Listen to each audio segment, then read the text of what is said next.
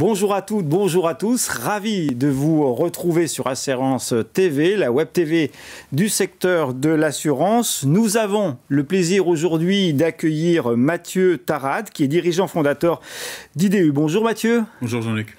Vous avez obtenu il y a quelques semaines le trophée d'or dans la catégorie innovation technologique des trophées de l'assurance pour IDEU. IDEU, vous allez nous en parler, mais IDEU optimise la prise en charge des victimes d'accidents par les urgentistes et contribue ainsi à sauver des vies. Alors, Mathieu, est-ce que vous pouvez nous dire dans le détail ce que propose effectivement IDEU ?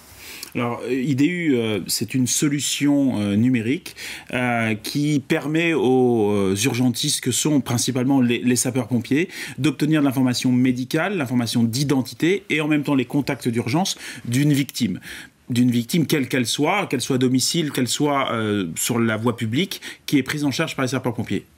Donc, tout simplement, on va permettre aux urgentistes que sont les sapeurs-pompiers, à l'aide d'outils numériques, d'accéder à de l'information en flashant un QR code, qui est celui-ci, et qui va permettre de pré-remplir leur fiche bilan digitale avec un ensemble de données préliminaires à la prise en charge, et donc de pouvoir effectivement optimiser la prise en charge des victimes. On sait qu'elle est très importante, bien sûr, et très vite, quoi. Très vite, et surtout que ce bilan initial, ce bilan à la prise en charge c'est une formalité, c'est purement de l'administratif. Ça va permettre aux équipages des sapeurs-pompiers ou des SAMU-SMUR de pouvoir s'occuper vraiment de la victime et en connaissance d'un certain nombre de paramètres, même si les sapeurs-pompiers ne sont pas des professionnels de santé, de savoir que telle personne a tel handicap ou telle allergie va permettre d'éviter tout type d'erreur de diagnostic et en tout cas, pour le lieu de destination qui est l'hôpital, ça va permettre d'avoir un certain nombre d'éléments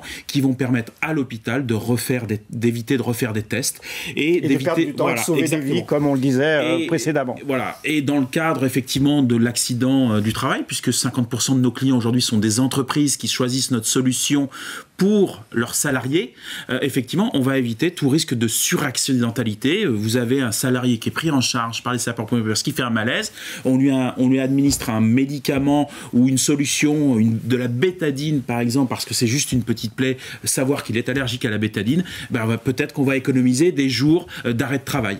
Donc c'est c'est l'optimisation de la prise en charge et surtout en partenariat avec les sapeurs-pompiers et la Fédération nationale des sapeurs-pompiers. Alors on voit bien l'usage, hein. On visualise très bien à quoi ça sert. Qui est-ce qui utilise votre technologie? Vous avez évoqué les entreprises dans un premier temps. C'est adressé uniquement aux entreprises? Alors non, il faut savoir que notre écosystème il est double. On a un écosystème qui sont les gens qui vont accéder à la donnée de santé, qui est stockée sur nos serveurs d'hébergement de données de santé, bien sûr dans les règles de la CNIL et agréé par le ministère de la Santé. Ça c'est les sapeurs-pompiers, les SAMU. Eux on leur donne les outils de lecture qui sont sécurisés puisque on a des conventions signées département par département puisqu'on est sur des services départementaux d'incendie et de secours. Et ça c'est des outils qu'on fournit entièrement gratuitement à l'ensemble de la chaîne de secours. C'est important, c'est qu'ils sont là pour venir nous sauver au quotidien. On leur fournit ces outils gratuitement. L'autre partie de l'écosystème, et c'est là que repose notre modèle économique, ce sont effectivement nos clients. Nos clients sont ceux qui vont utiliser la solution soit pour eux, donc ça va être le grand public, mais aujourd'hui, on en parlera après, c'est certainement pour ça que je suis là aujourd'hui, le grand public est certainement pas notre métier de base. Par contre, aujourd'hui, nos clients sont des industries, des entreprises, nous avons des contrats cadres avec Vinci, avec Saint-Gobain, avec Eiffage, alors on est très implanté dans l'énergie, dans la chimie, mais également plein de petites entreprises, entre 10 et 50 salariés, dans les départements concours, puisqu'aujourd'hui on est présent dans 25 départements. D'accord. Ça, c'est la première catégorie de clients, les salariés des entreprises. Donc, l'entreprise souscrit une solution pour l'optimisation. Exactement. Et surtout, ce qui est très important, c'est que en même temps, cette solution est utile dans le cadre de leur vie professionnelle, mais lorsqu'ils sortent de l'entreprise, qu'ils ont leur QR code sur leur téléphone ou sur un objet du quotidien, ils sont aussi optimisés dans leur vie personnelle grâce à cette solution offerte par l'entreprise. Donc aujourd'hui, on a des taux de déploiement dans les entreprises qui est très fort parce que les salariés reconnaissent l'utilité. Deuxième typologie de clients, c'est tout simplement les collectivités territoriales.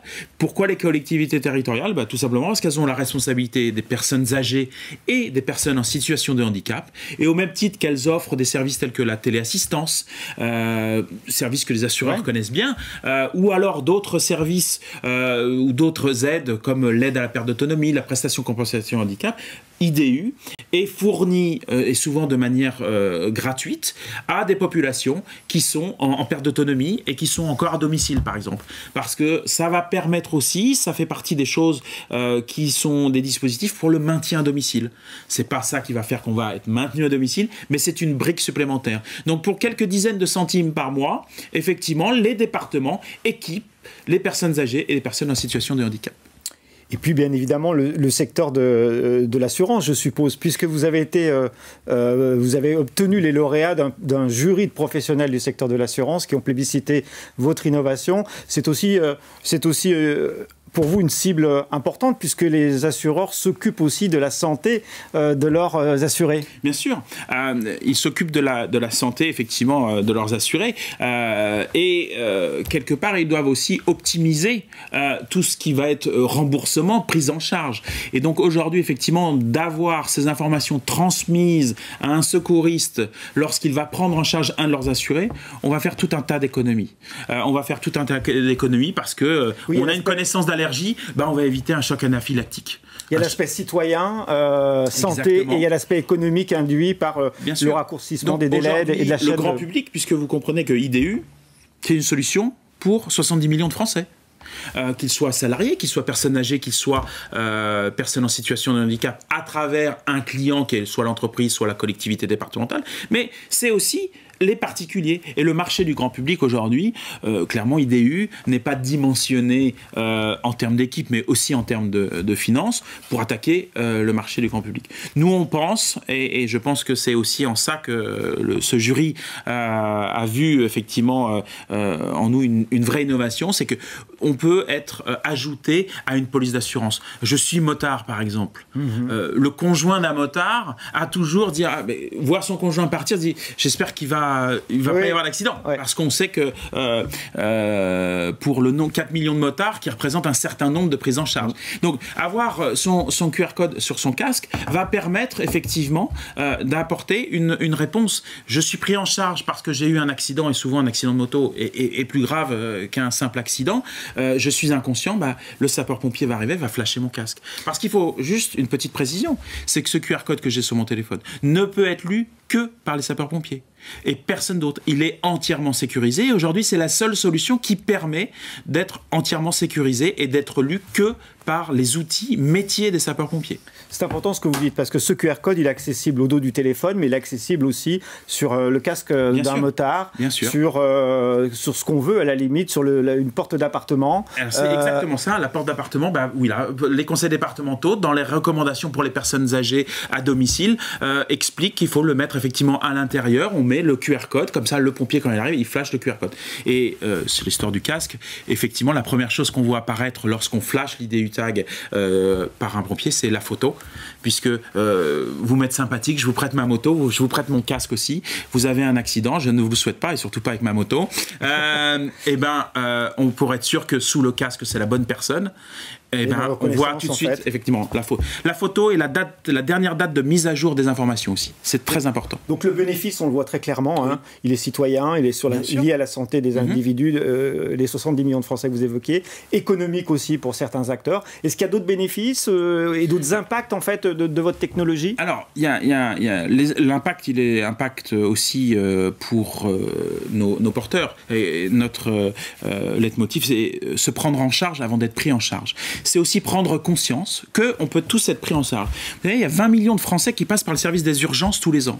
Je ne dis pas que c'est tous obligatoire d'y passer, mais il y a quand même 20 millions de Français qui passent. Si on était capable d'avoir un certain nombre d'informations et qu'on remplisse par soi-même, effectivement, ça permettrait d'améliorer les services et surtout d'économiser énormément d'argent en termes de prise en charge. Pour terminer cet entretien, Mathieu, vous voulez donner un petit message aux assureurs ou à tout l'écosystème du secteur de l'assurance qui vous regardent?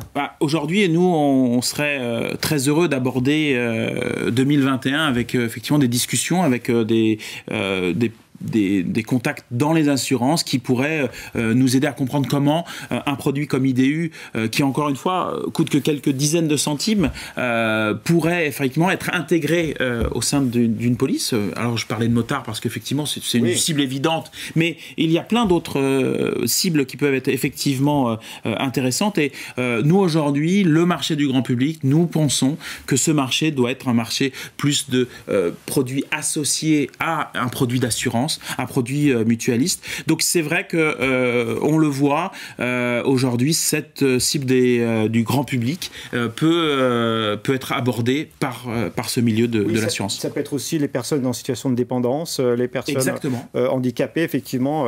Les assureurs sont un petit peu les anges gardiens. La petite histoire, c'est que notre première prise en charge, la toute première, celle où on s'est dit on y est arrivé, c'est un monsieur qui a été pris en charge et qui était sourd et muet. Il a été pris en charge à 11h par les services de secours.